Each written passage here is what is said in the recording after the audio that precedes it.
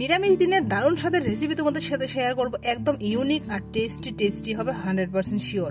আর এই রেসিপিটা থাকলে নিরামিষ দিনে কিন্তু আর কোনো চিন্তাই থাকবে না। তো চলো রেসিপিটা শুরু করি।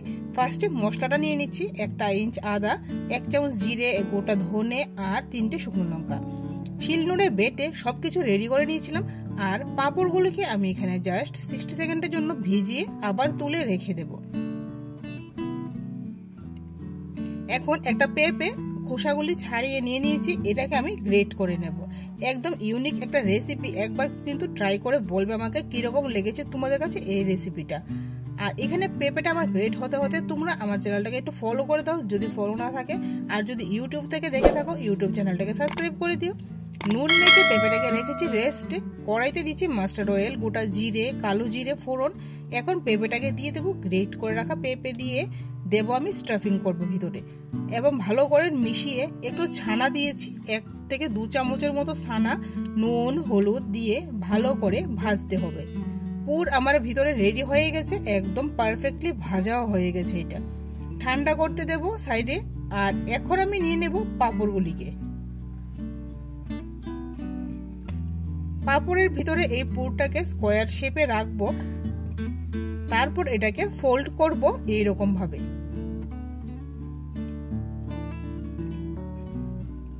সবগুলি পাঁপড় ফোল্ড করে একদম পকেটের মতো মনে হচ্ছে। সবগুলি আমার রেডি হয়ে গেছে। এখন কড়াইতে আবার মাস্টার্ড অয়েল দেব, দিয়ে পকেটগুলিকে আমি ফ্রাই করব, লো স্টিম করে গোল্ডেন ব্রাউন করব।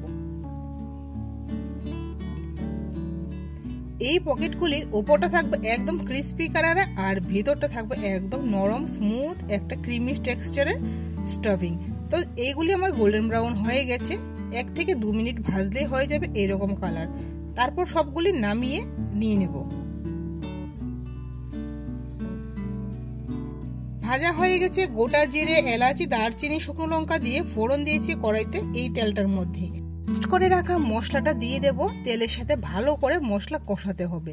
পিউরে দিয়েছি টমেটো, আর এটাকে সবকিছু একসাথে ভালো করে মিশিয়ে এখন দেব গ্রেট করে রাখা পনির। এখানে পনিরটা অপশনাল থাকছে, ভালো লাগলে দিতে পারো, না হলে স্কিপ করতে পারো। এখন বাকি যে ছানার জলটা আছে, এই ছানার জলটাও আমি দিয়েছি। আর এটা দিয়ে গ্রেভি করলে বেশ ভালো একটা ফ্লেভার আসে। চিনি দিয়েছি টেস্ট অনুযায়ী। সবকিছু ভালো করে মিশে গেলে তারপরে এটার মধ্যে আমি দিয়ে দেব পকেটগুলো, যেগুলো আমি ভেজে রেখেছিলাম পাঁপড়ের।